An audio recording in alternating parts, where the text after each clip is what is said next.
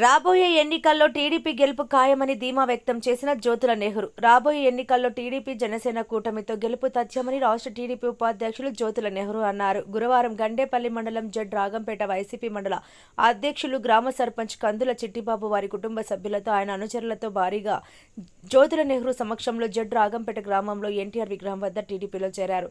Z Ragampeta నుంచి భారీ bike కార్లతో ర్యాలీగా బయలుదేరి జాతీయ రహదారి మురారి గ్రామం చేరుకుని అక్కడ దివంగత కందుల కొండయ్య దొర విగ్రహానికి పూలమాలలు వేసి నివాళులర్పించారు. అక్కడి నుంచి మురారి గ్రామానికి చెందిన టీడీపీ శ్రేణులతో ర్యాలీగా జగ్గంపేట గోకవరం రోడ్డులో ఉన్న సాయి బాలాజీ ఫంక్షన్ హాల్కు చేరుకున్నారు. ఈ సందర్భంగా కందుల చిట్టిబాబు మాట్లాడుతూ వైసీపీ అభిమానం ఏమీ కాదు, వ్యాపార లావాదేవీల వల్ల పార్టీ మారాను అని తెలియజేశారు. కొండయ్య దొర ఆశయాల మేరకు నెహ్రూ ఆదేశానుసారం పార్టీ విజయానికి కృషి చేస్తారని తెలిపారు.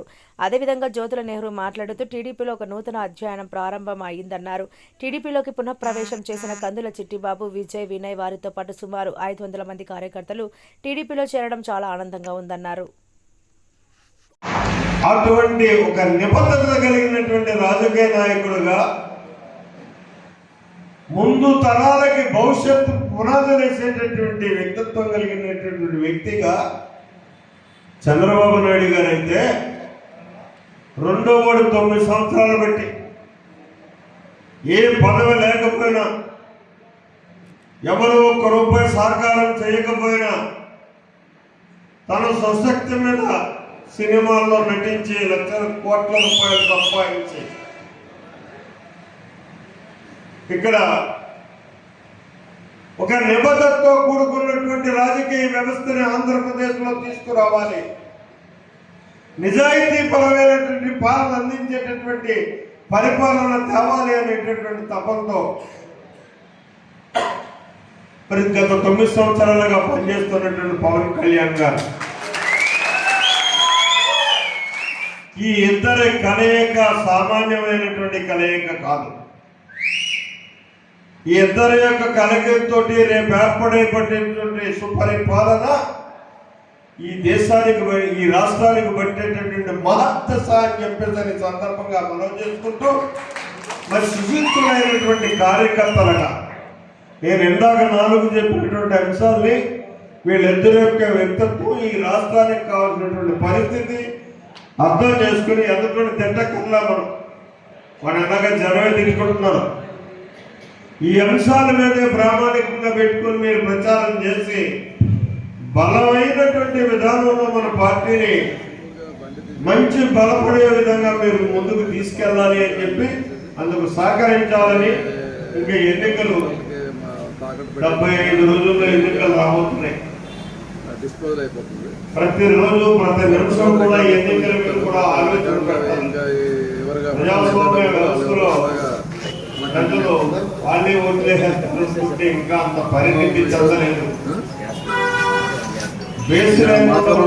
ఓటేసేటటువంటి ఓటర్లు ఎక్కువ, బేస్ చూసుకుని ఓటేసేటటువంటి ఓటర్లు తక్కువ.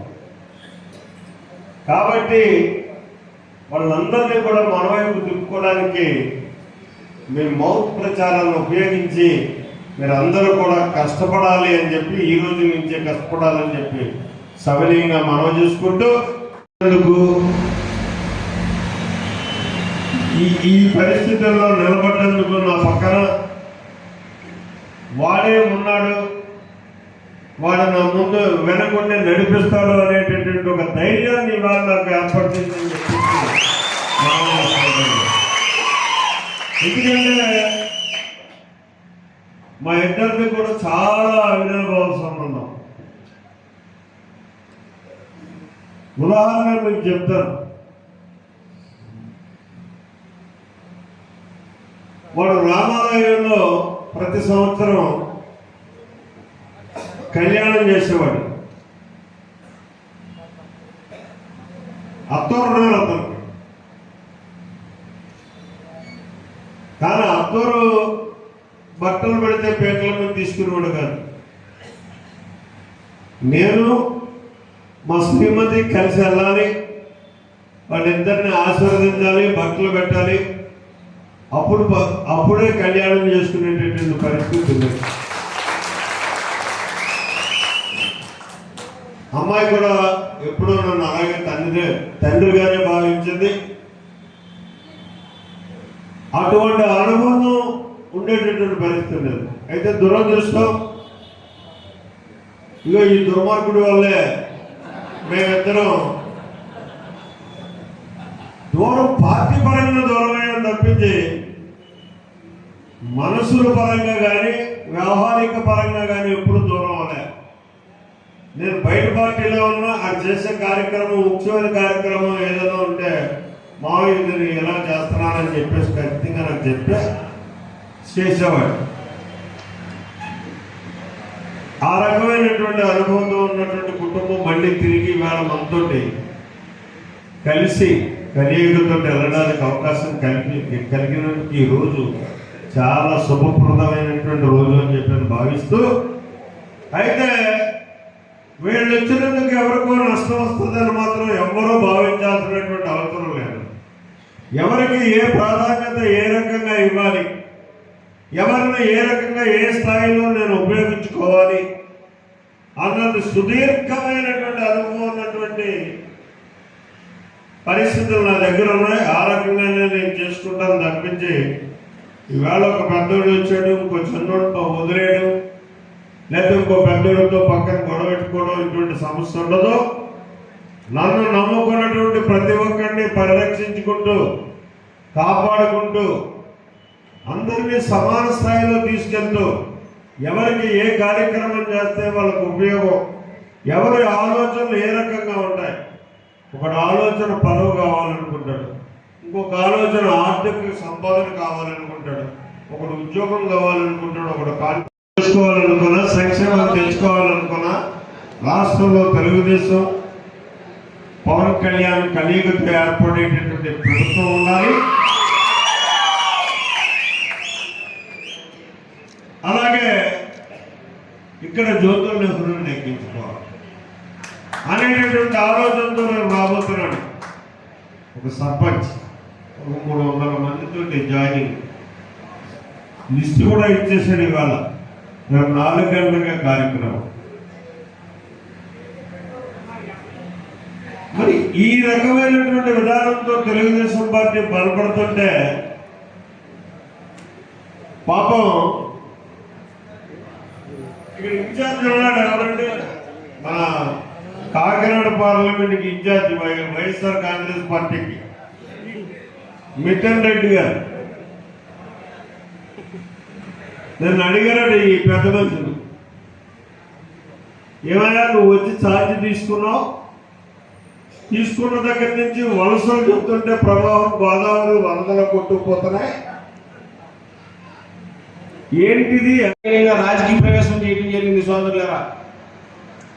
94లో నేను సర్పంచ్గా నెక్కాను. ఇప్పుడు 2024 వచ్చింది. 2024 వరకు కూడా 30 సంవత్సరాల నుంచి నా జట్రాగంపేట ప్రజలు నన్ను సర్పంచ్గా ఆదరించి అభిమానించి నన్ను నిలిపినందుకు వాళ్ళకి చేతులెత్తి నేను నమస్కరించుకుంటున్నాను. మరి ముఖ్యంగా 30 సంవత్సరాల నుంచి కూడా జట్రాగంపేట గ్రామంలో నేను ఏ ఎలక్షన్ చేసినా ఆ ఎలక్షన్కి 700-800 మెజార్టీ రావటమే తప్ప ఎప్పుడు మెజార్టీ అన్నది లేకుండా నేను ఎలక్షన్ చేయలేదు. 30 సంవత్సరాల నుంచి తెలుగుదేశం ఉండే నేను వైసీపీ పార్టీకి ఓటు వేయలేదు. ఇప్పటికీ వైసీపీ పార్టీ ఎలక్షన్ కూడా నేను చేయలేదు, తెలుగుదేశం పార్టీ ఎలక్షన్ చేశాను. మొన్న లాస్ట్ టైం జ్యోతుల నెహ్రూ గారు కూడా నేను ఎలా ఎలక్షన్ చేశాను, ఏం చేశాను అన్నది నెహ్రూ గారికి తెలుసు, నవీన్ గారికి తెలుసు. మండలంలో 80 ఊర్లు ఉంటే మా ఊరు జట్రాగంపేట 280 ఓట్లు మెజార్టీ తెచ్చాం.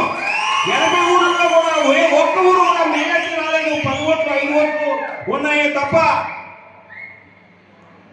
రాని పరిస్థితుల్లో ఈ జట్రాగంపేట ఒకటి వచ్చింది. 94లో ఆయన ఎమ్మెల్యేగా గెలిచారు. నాకు అప్పుడు 24 సంవత్సరాలు 25 సంవత్సరాలు చిన్న అయి ఉంటారు. నాకు ఇది కావాలండి, ఇది చెయ్యాలండి అని చిన్న కుర్రాడు పేసి పెట్టినట్టు వెళ్ళి ఆయన దగ్గర కూర్చుంటే, ఒరే అని ఏం చేయకండి, అదేం చెప్తే చేసేయండి. నేను ఎస్ఐ గారికి కానీ, ఒక ఎంఆర్ఓ కానీ, ఒక ఎండిఓ కానీ ఎవరికి చెప్పినా నేను ఏ పని చెప్తే ఆ పని నేను ఎండిఓ ఆఫీస్కి వెళ్తాం, ఆ పని అన్ని టకటక పూర్తి చేసేట్టు జరిగేది. నన్ను చాలా ఆదరించారు. 20 సంవత్సరాలు నెహ్రూ గారితో చేసాం. ఒక కుటుంబ సభ్యులుగా మేము అందులో కలిసిపోయి పనిచేయడం జరిగింది. కొన్ని అనివార్య కార్యాల వల్ల నేను చెప్పాను,